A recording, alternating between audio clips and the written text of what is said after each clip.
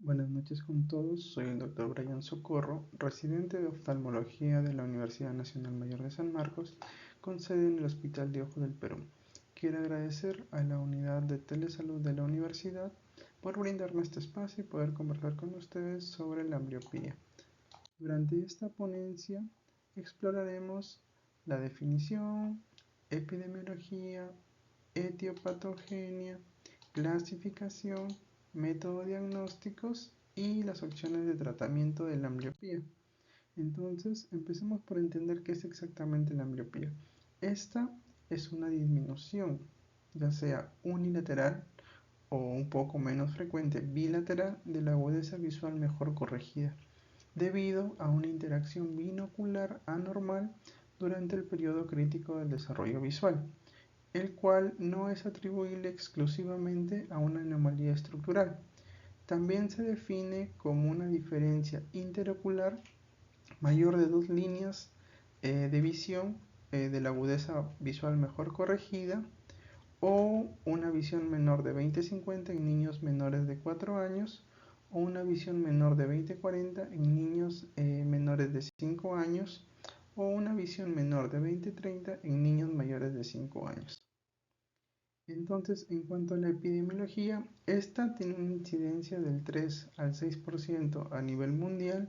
Hay un estudio realizado por el INO, los cuales eh, expresan una incidencia alrededor del 4%, siendo esta una causa muy común de discapacidad visual prevenible.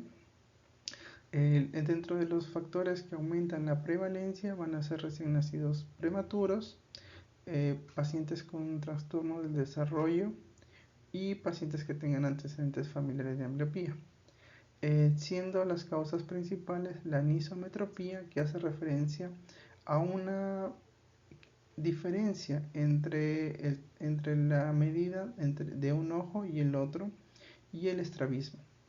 Esta es importante ya que va a generar un gran impacto económico, así como también social para los pacientes.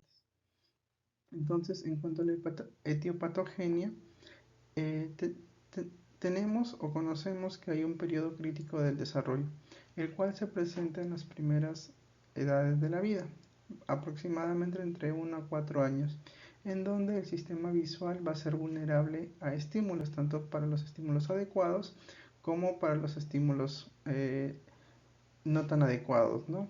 Entonces, ¿qué va a pasar? Si es que se presentan estímulos adecuados, hay un paralelismo ocular y hay una integridad de las vías visuales, esto va a conllevar a un desarrollo normal de la visión.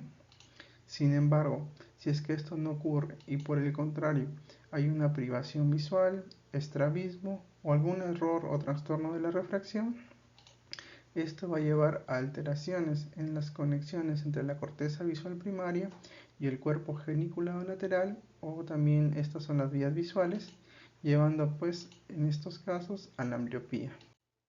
Entonces, dentro de las causas, como lo estamos mencionando, una de ellas va a ser la privación, la cual hace referencia a que el estímulo luminoso no llega de manera adecuada hacia la retina. Esto puede ser debido a alteraciones anatómicas, trastornos del movimiento, como por ejemplo el nixtagmos, que puede haber nixtagmos congénitos, o una interrupción del paso de la luz, como por ejemplo en los casos de las cataratas congénitas. Esto va a conllevar a cambios en las columnas de dominancia ocular a nivel cortical y en el cuerpo geniculado lateral. Puede también haber una anisometrópica, una ambliopía anisometrópica, en la cual van a haber diferencias en las imágenes que recibe cada ojo. Entonces, de tal manera, pues el ojo que recibe una imagen más borrosa va a ser la que menos desarrolle estas conexiones, llevando a una competencia neuronal anormal y una desconexión, ¿no?, parcial del ojo que ve menos, ¿no?, o del ojo afectado. También puede haber una ambliopía estrábica, en la cual se van a producir imágenes desiguales por una pérdida del paralelismo ocular, llevando a una inhibición de la activación de las vías retinocorticales que se originan en la fobia del ojo desviado. Va a haber una alteración de la visión binocular, alteración de la estereopsis, una inestabilidad postural y una alteración de la sensibilidad al contraste. En cuanto a la clasificación, Esta se puede clasificar de dos maneras, tanto etiológica como según el grado de la agudeza visual. De manera etiológica es lo que ya habíamos mencionado, puede ser estrábica, un error refractivo, dentro de ellas la anisometrópica, donde hay una diferente medida entre ojo, y una isoametrópica, en la cual hay un error de refracción bastante alto, por deprivación, como por ejemplo en las cataratas congénitas, y las mixtas, en donde se combinan algunas de estas causas, ¿no?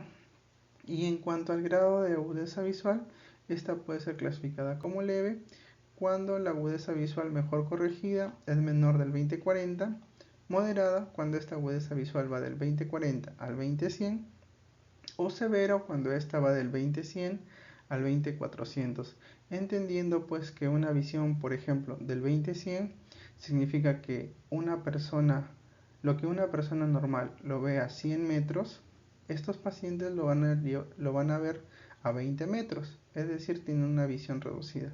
O un 20/400, que también significa que lo que una persona normal vería a 400 metros, esta persona con disminución de la visión lo ve solamente a 20 metros.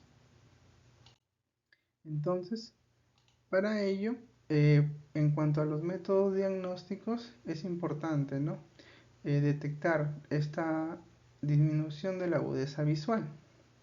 Entonces, para ello van a existir diferentes métodos y también se puede determinar en todas las etapas de vida.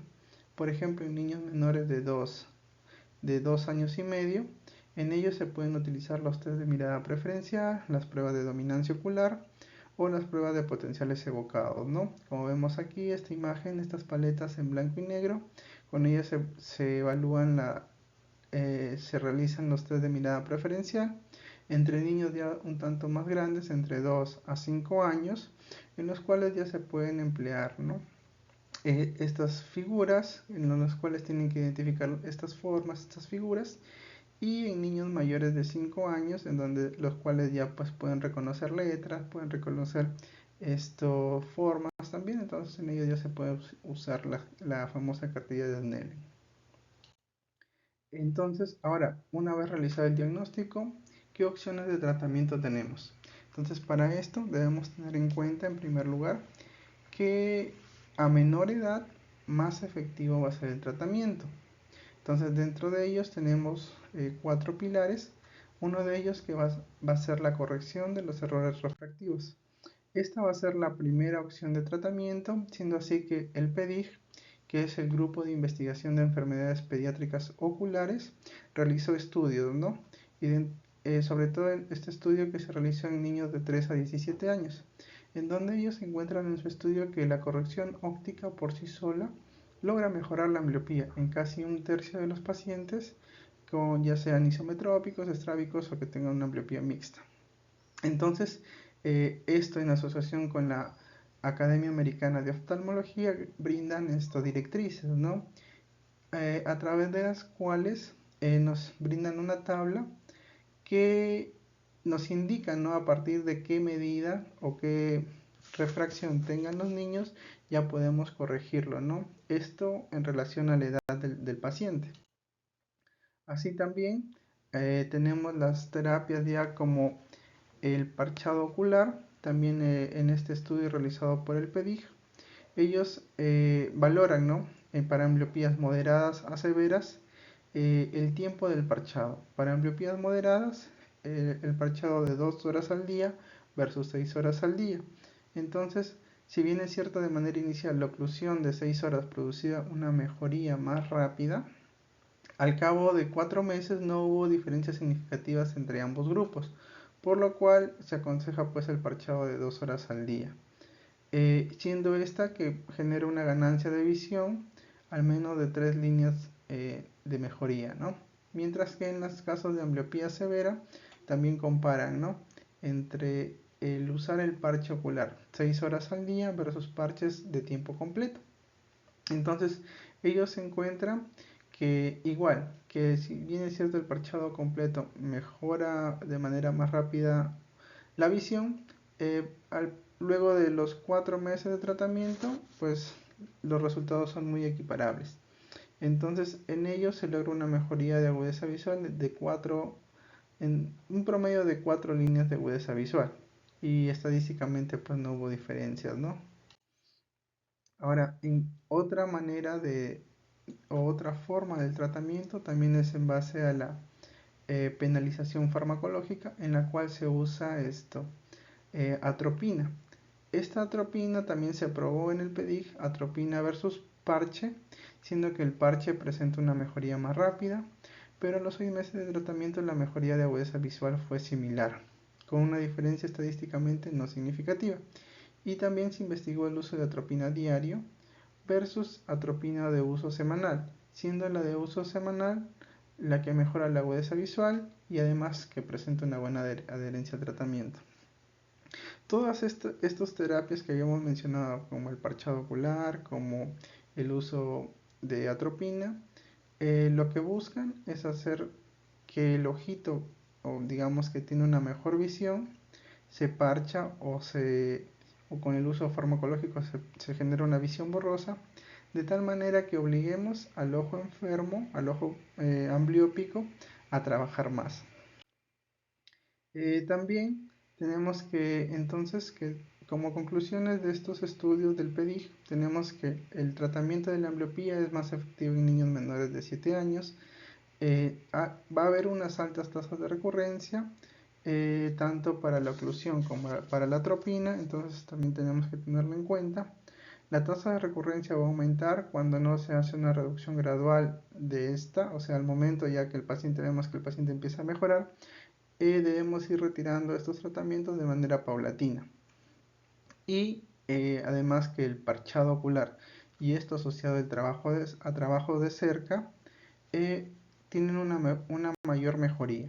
Entonces, por ello es que empieza también se empieza a investigar el tratamiento o la terapia dicóptica, la cual consiste pues en base a diversos métodos mejorar nuestro trabajo de cerca. Por ello, y pues esto aunado a la era de la tecnología, se crean, ¿no?, juegos, tanto para tablets como para dispositivos móviles, y así también como métodos o juegos basados en realidad virtual, en la realidad aumentada. Entonces, estas son las nuevas opciones de tratamiento que están en investigaciones para el tratamiento de la ambliopía. Muchas gracias con todos. Esta es la charla que traje para compartir con ustedes, esperando les haya sido de utilidad.